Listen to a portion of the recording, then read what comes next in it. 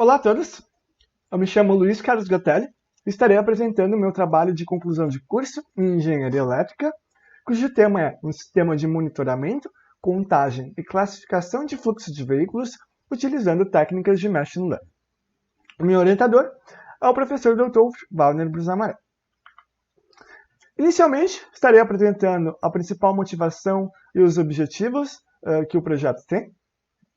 Também farei uma breve revisão teórica e bibliográfica acerca dos assuntos que foram embasamento para o desenvolvimento do projeto. Também relatarei mais a respeito da metodologia utilizada no projeto, justificando também certas escolhas que foram realizadas. Por fim, apresentarei os resultados obtidos pelo modelo, bem como discussões de resultados intermediários. E, por fim, concluirei, inclusive, apresentando futuros encaminhamentos para o projeto, bem como a contribuição científica que foi decorrente do mesmo. Inicialmente, um dos principais fatores motivatórios para o projeto foi a aplicação de técnicas modernas, como o uso de técnicas de Machine Learning, para a tarefa de detecção, classificação e contagem de quaisquer objetos. No caso específico, foi objetivado para veículos em rodovias brasileiras. Assim, é uma área que apresenta constante expansão e também é uma área muito consolidada, apresenta uma diversidade de algoritmos que poderiam ser empregados para a resolução dessa tarefa proposta. Uma das principais maneiras que a gente pode observar a evolução da tecnologia, especificamente na área de detecção de objetos, é a comparação de desempenho em diversas competições de detecção de objetos. Aqui podemos observar os resultados em uma competição, a ILS-VRC, que ocorreu de 2010 a 2017, e podemos observar que, com a introdução de redes neurais convolucionais, como o caso da AlexNet em 2012, houve um decrescimento no erro. Da mesma maneira, com o passar do tempo, houve um crescimento no número de camadas, ou seja, as redes cada vez se tornam mais profundas e mais complexas, e com isso se reflete numa melhor generalização do modelo, apresentando resultados com um erro incrivelmente menor aos dos iniciais na competição. Outro conceito e outro problema que será amplamente discutido no projeto é o de tráfego de veículos. Aqui temos um exemplo simples de um cruzamento com 4 pontos de entrada e saída, onde, na tarefa proposta, foi a contabilização de quantos veículos entraram em cada ponto, sua classe, e de maneira similar, quantos veículos saíram de cada um dos pontos. Nesse caso, as regiões, por exemplo, seriam as regiões ABCD, e em cada região teria esses valores contabilizados. O principal fator motivante foi auxiliar o DAER do nosso estado a otimizar e melhorar atividades no que se refere ao fluxo e na classificação e contagem do fluxo de veículos em diversas rodovias. Essas atividades, usualmente e atualmente, são realizadas de maneira manual. Assim, a automatização, através de algum sistema moderno utilizando técnicas de Machine Learning, possibilitará o atendimento mais rápido a diversas demandas da população em geral, bem como facilitará a tomada de decisões por parte da administração pública. Assim, o principal objetivo, que se trata do objetivo geral desse projeto, é fornecer um sistema que será posteriormente fornecido ao DAER, que contabilizará o fluxo de veículos de maneira automática em suas imagens que são registradas. Dentre os objetivos específicos estão as etapas necessárias para que se considere que o projeto tenha sido implementado com sucesso. Iniciando pela constituição de um banco de dados em 4 classes, carros, motos, ônibus e caminhões, para os quais são objetivadas as detecções. Por fim, também, o treinamento e desenvolvimento de um sistema de detecção, classificação e contagem desses veículos. E, por fim, a análise por meio de diversas métricas do sistema resultante. A base para o desenvolvimento desse projeto se trata de redes neurais artificiais, que nada mais do que um algoritmo de Machine Learning que visa replicar o conhecimento e as técnicas de aprendizagem que ocorrem em células biológicas. Nesse caso, podemos observar o exemplo de um neurônio biológico, onde a informação que é transferida através de sinapses têm seu equivalente na transmissão de informação e dados e são contabilizados entre as células de uma rede neural. A estrutura básica de uma rede neural é constituída por 3 elementos. A camada de entrada, onde os dados são expostos e entregues à rede. A camada oculta, onde esses dados são processados e interrelacionados. E a camada de saída, que apresentará, de acordo com o tipo da rede, por exemplo, uma classificação, uma localização, dentre quaisquer tipos de saída desejados.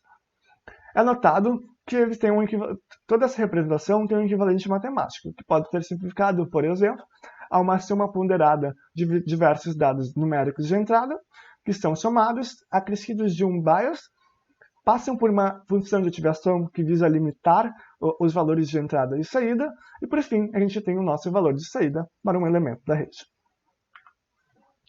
Também é possível classificar as redes neurais com base no seu fluxo de dados.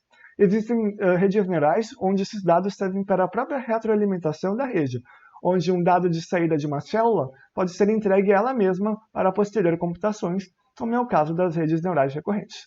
De maneira diferente, também existem as redes do tipo feed-forward, onde a computação de uma célula é apenas propagada para as camadas posteriores. Um elemento essencial e um tipo essencial para a visão computacional são as redes neurais convolucionais. Elas tiveram sua inspiração especificamente no córtex visual de gatos, onde foi observado que, ao serem expostos a padrões específicos, seu córtex visual apresentava respostas distintas de acordo com as características às quais eles tinham sido expostos.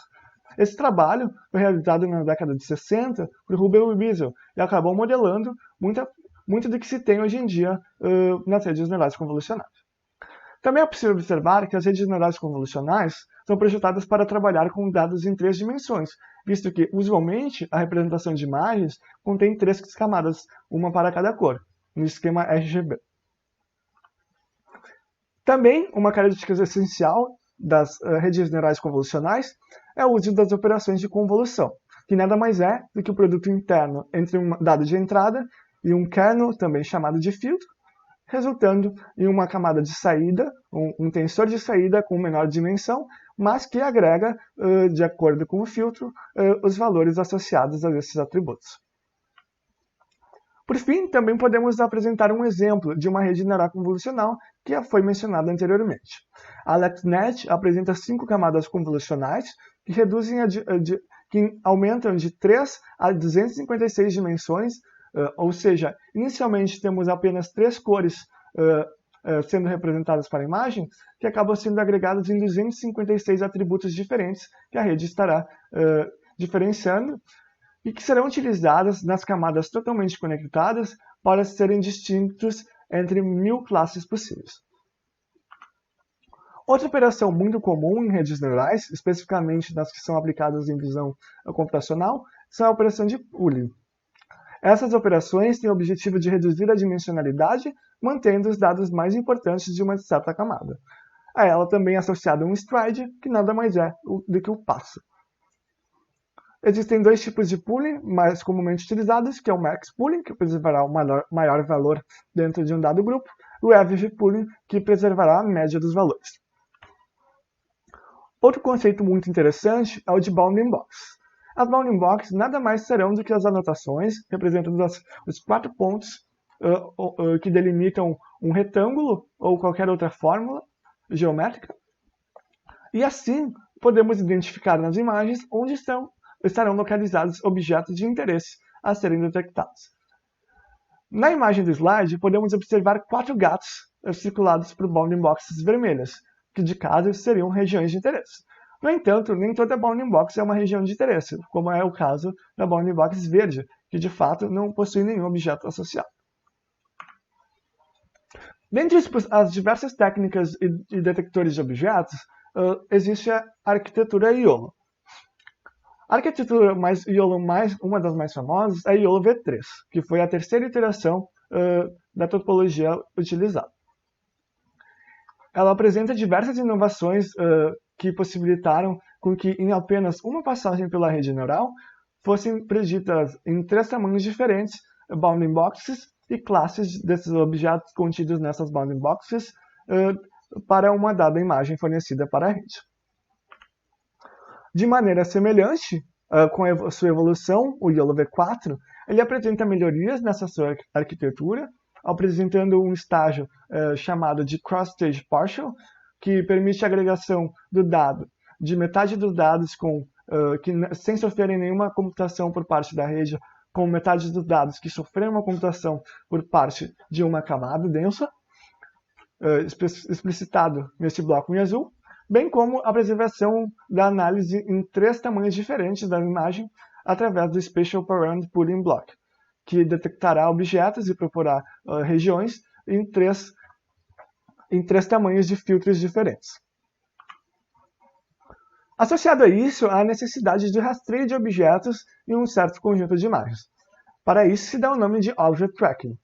E assim, a tarefa de Object Tracking visa atribuir um identificador único a um objeto e, dentre esse conjunto de imagens, em todas que esse objeto existir, associá-lo a esse mesmo Track ID.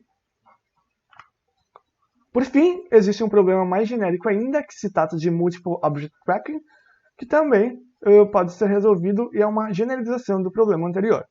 Assim, podemos ter uma imagem com diversos objetos, onde cada objeto terá um ID único associado, e para um conjunto de frames também é desejado associar cada Track ID ao objeto que é representado e que existe ainda na imagem.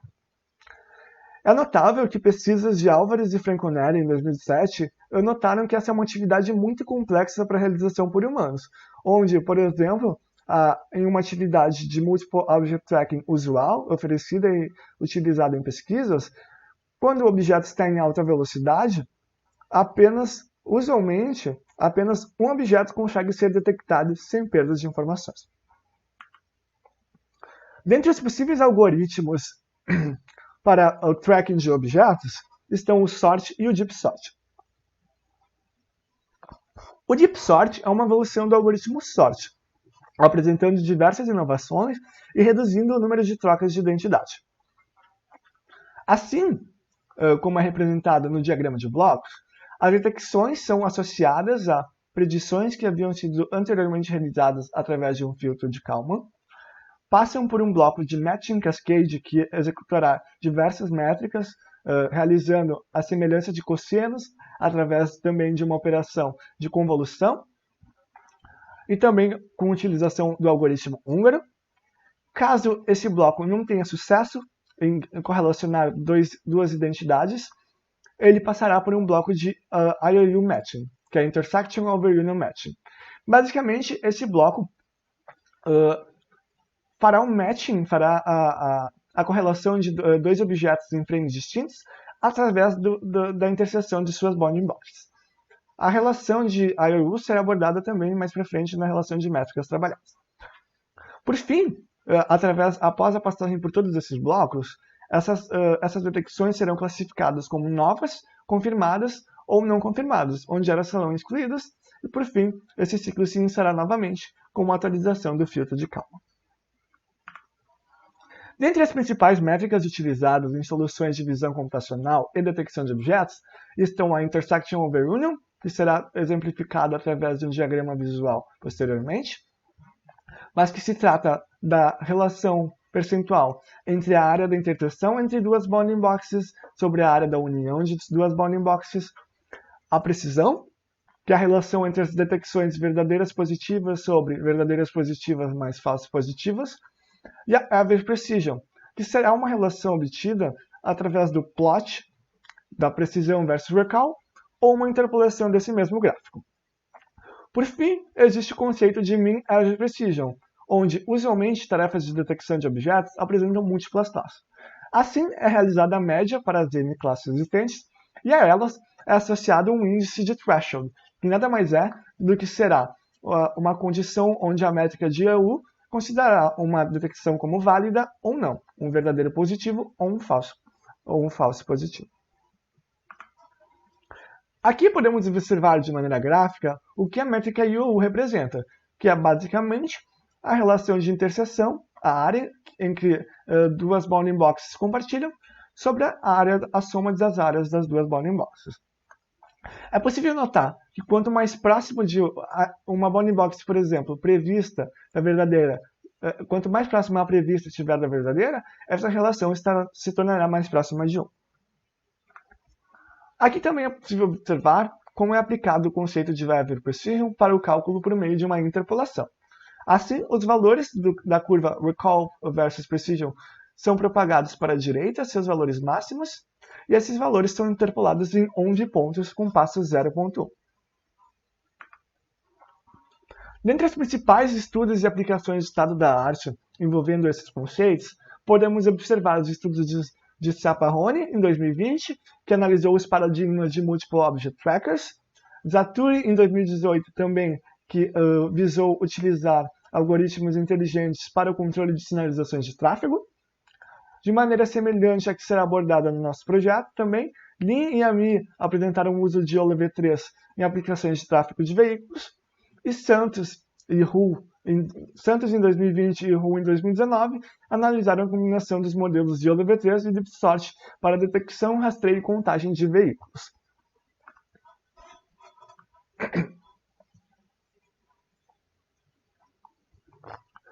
Para a metodologia, uma breve recapitulação do problema que desejamos resolver. Teremos uma câmera posicionada e um cruzamento, e assim, em cada cruzamento apresentará uma região de entradas e saídas. Para cada região de entrada e saída, existem direções possíveis que os veículos podem seguir. Assim, desejamos contabilizar o número de entradas, o número de saídas e o tipo de cada veículo que entraram e saíram nessas regiões detectadas. Assim, o algoritmo pode ser simplificado em 3 etapas. Primeiramente, para todos os frames, desejamos detectar os veículos que existem neles. Por fim, correlacionaremos eles através de seus identificadores únicos através de um tracker. Por fim, será necessária a contabilização dentre as regiões identificadas da imagem, contendo os valores de entradas e saídas e os tipos dos veículos existentes.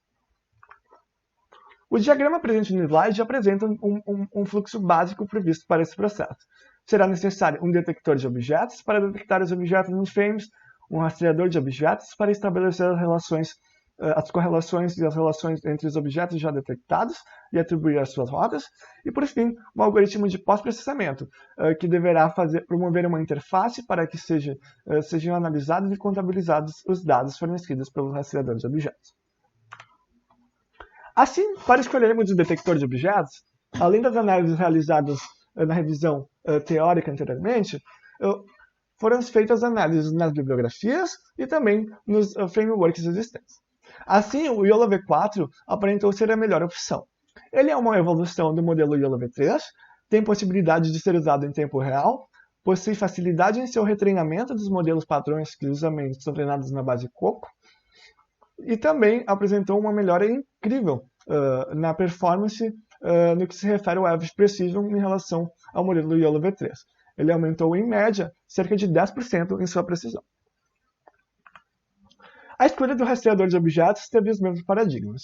Existem diversos frameworks e bibliotecas existentes que realizam essa tarefa.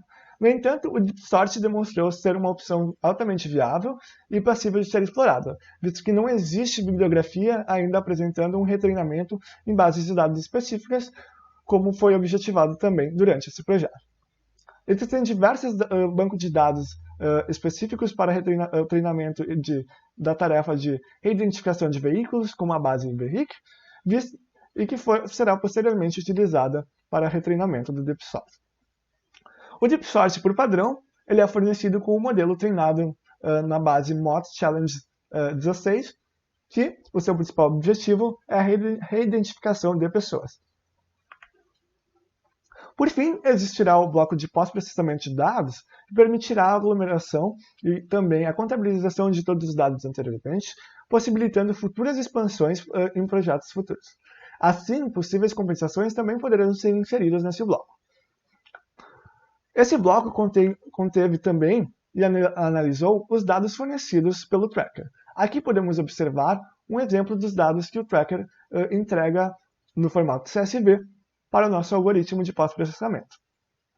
É possível notar que para o mesmo TrackID, podemos observar variações nas coordenadas da bounding box, que é o segundo campo fornecido esse arquivo CSV, bem como uma manutenção da classe e uma identificação temporal, que é o frame, o último dado fornecido pelo tracker. Este bloco de pós-processamento também apresentou uma interface gráfica para a seleção de regiões para as quais seriam contabilizados os valores de entradas e saídas. De maneira semelhante, ele também apresentava a imagem original do cenário analisado, apresentando pontos em vermelho como sendo pontos de saída de uma detecção, pontos em azul como sendo pontos de entrada de uma detecção, com cores associadas a cada um dos 4 tipos de detecções possíveis. Por fim, também foram utilizados quatro datasets diferentes. Primeiramente, foi utilizado o dataset DAIR, que foi processado através de diversos vídeos em baixa qualidade, de 256 por 352 pixels, fornecidos pelo próprio DAIR, passaram por um filtro que removia seu fundo e classificava os seus frames de acordo com a diferença entre os frames anteriores. Assim, foi possível contabilizar imagens onde havia movimento, facilitando o processo de identificação e anotação dos objetos nas imagens, contendo cerca de aproximadamente 9.000 amostras.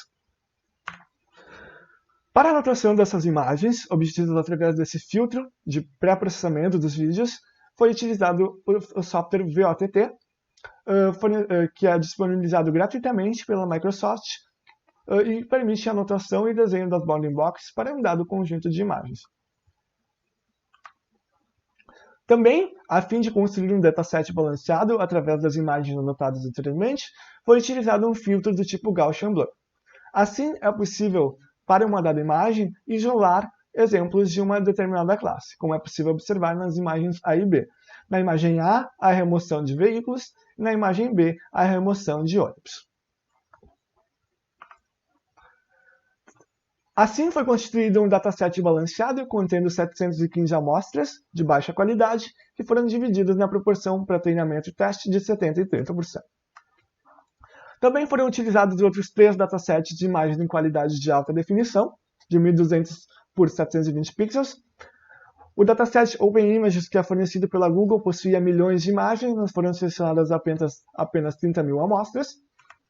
Foram constituídos também outros 2 datasets, um contando com frames extraídos de vídeos em HD, em cenários parecidos com o que seriam desejados para a aplicação final, e também um dataset constituído com imagens coletadas na rua Rubem Berta, aqui em Porto Alegre.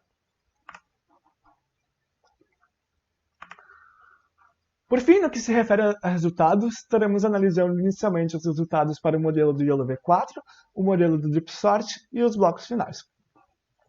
Nos resultados iniciais para o modelo YOLO V4, treinado no dataset da área de baixa resolução, obtemos um Mean Average Precision para um threshold de 0.5 que acresceu 24% em relação ao modelo treinado apenas no dataset Coco. Também foram analisados, em 59 frames isolados desse conjunto balanceado, os resultados da precisão entre os modelos. É possível notar que a precisão do modelo DAIR é maior ou igual em todos os cenários ao modelo Coco, assim apresentando uma possível melhoria. No entanto, após análise e inspeção visual de diversos vídeos de saída desse modelo, começamos a observar de que veículos com baixo contraste em tons escuros não eram detectados pelo modelo. Também, a baixa qualidade das imagens prejudicava a análise e inspeção até mesmo por nós, seres humanos.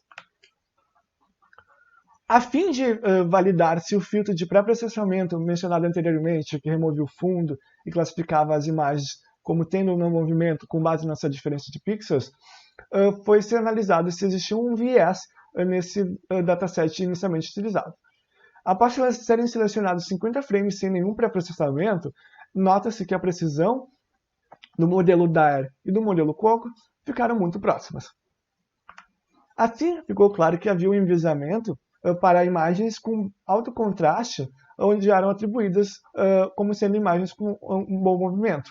Assim, veículos escuros ou contextos onde não havia bom contraste nas imagens dos veículos com fundo não eram detectados. E também prejudicava a identificação até pelos próprios membros do projeto. Assim, prosseguiu-se com o aumento da qualidade das imagens utilizadas, tanto no vídeo quanto nos treinamentos. Assim, de posse de todos os datasets mencionados anteriormente, foi retreinado o modelo final do YOLO V4, onde, para análise de sua precisão, foram utilizadas 50 imagens aleatorizadas de uma cena no Rubem Berta em HD, obtendo um valor 6% maior em sua precisão no modelo DAIR, e também um acréscimo de 10% no Mean Average Precision para um threshold de 0.5 em relação ao modelo COCO com esse dataset misto.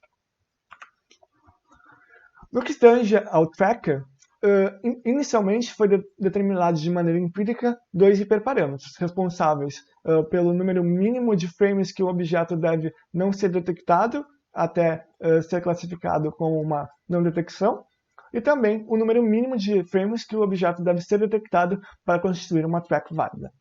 Esses valores foram atribuídos como MaxAge com 60 frames e o Ninit com 6 frames.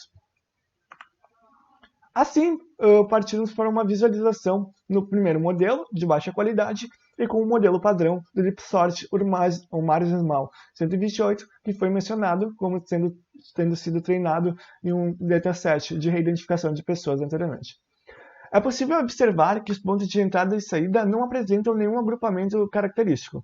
No entanto, todas as setas e linhas que conectam os pontos de entrada aos pontos de saída começam a apresentar características da rodovia analisada.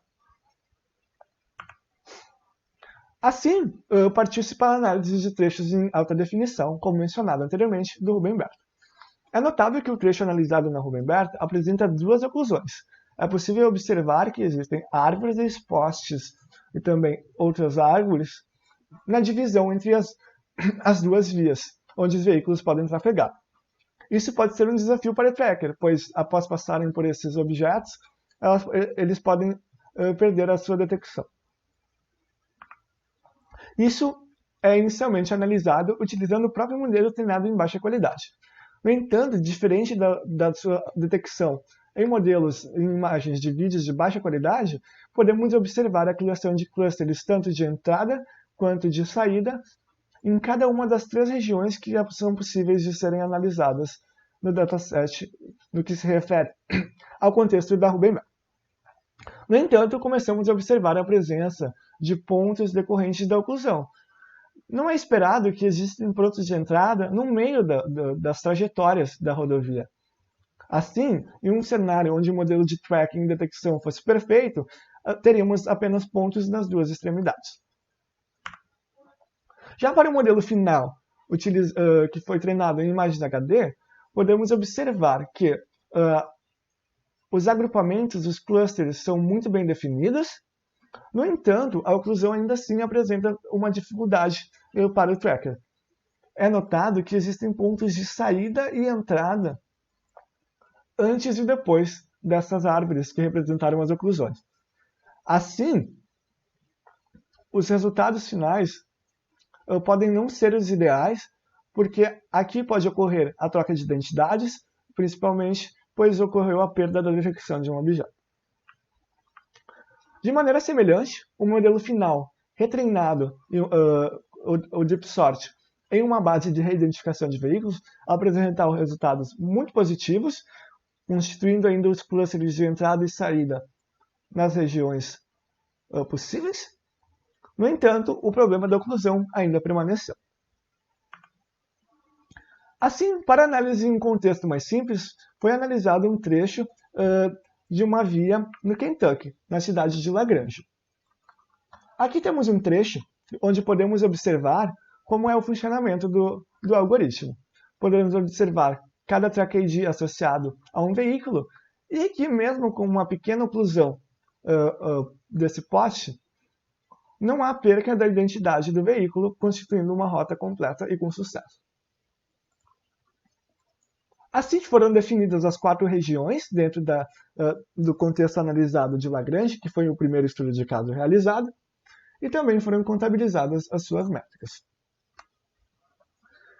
Dentre os resultados obtidos, foi obtido um erro médio quadrático para todas as entradas e saídas de 2,3 veículos, sendo normalizado para 2,7%, que representa em relação aos 85 veículos detectados. Também é possível observar que os resultados são coerentes temporalmente e espacialmente.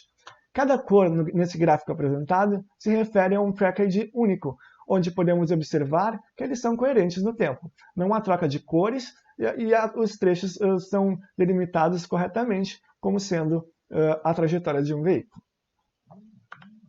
Já no que se refere a um trecho mais completo, como o da região Rubem-Berta, podemos observar que após passarem pelas oclusões, há troca de identidades. Também a existência de carros parados promove uma dificuldade aos veículos que passam pelo mesmo lado, que muitas vezes têm sua identidade trocada com a do veículo que está estacionado.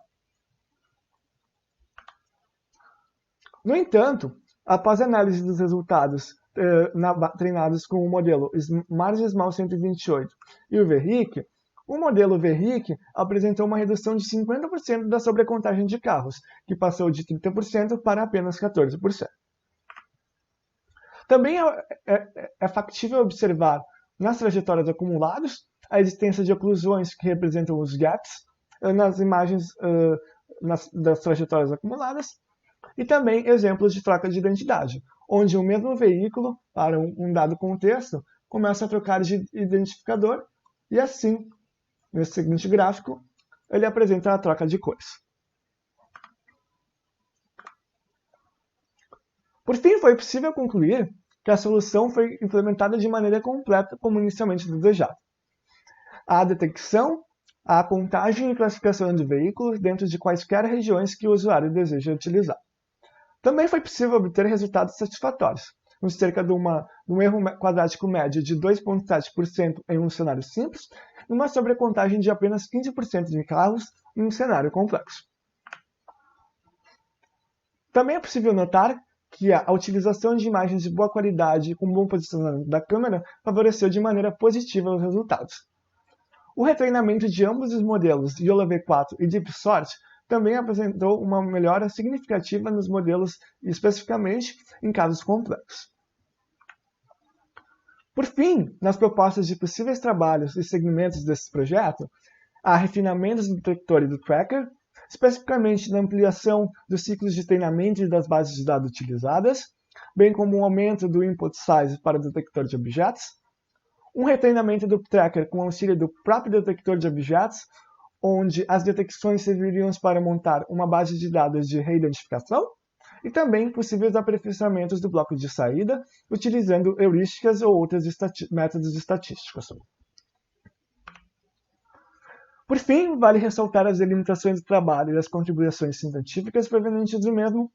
Um artigo científico foi gerado com os resultados desse trabalho e encaminhado para o INCIT 2021, organizado pela Sociedade Brasileira de Microeletrônica, e também, com relação ao projeto, ele foi realizado em conjunto com um grupo inicialmente composto por um mestrando do PPGE URGS, contando com o auxílio de dois bolsistas de iniciação científica, principalmente auxiliando nas tarefas de obtenção e criação dos conjuntos de dados utilizados, que foram realizadas, em sua maior parte, de maneira manual.